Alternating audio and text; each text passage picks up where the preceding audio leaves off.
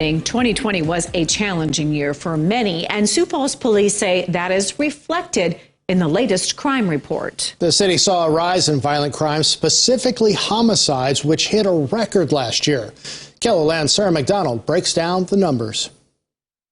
Sioux Falls saw an increase in crime in 2020.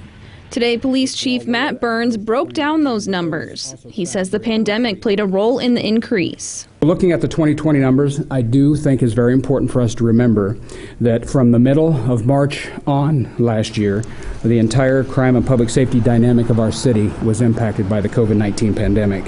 In fact, there were many similarities to what we saw here in Sioux Falls that was what was occurring across the country. In 2020, the city saw 13 homicides, which was a record. The previous record was 10 back in 2017. Other categories of violent crime showing increases were aggravated assaults and robberies.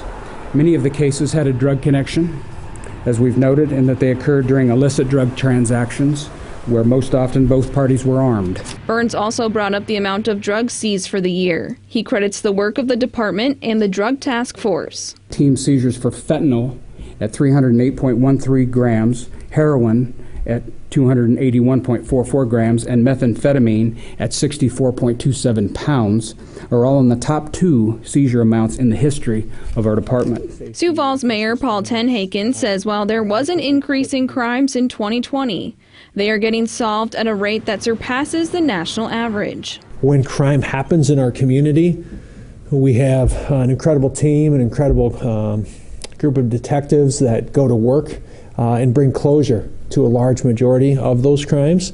In Sioux Falls, Sarah McDonald, KELOLAND News.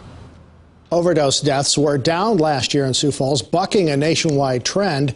Mayor Tenhaken touched on juvenile crime, saying it's increasing and that the community needs to focus on how to curb that. Chief Burns says the department will continue to focus on community policing and building relationships, as well as drug enforcement and investing in training.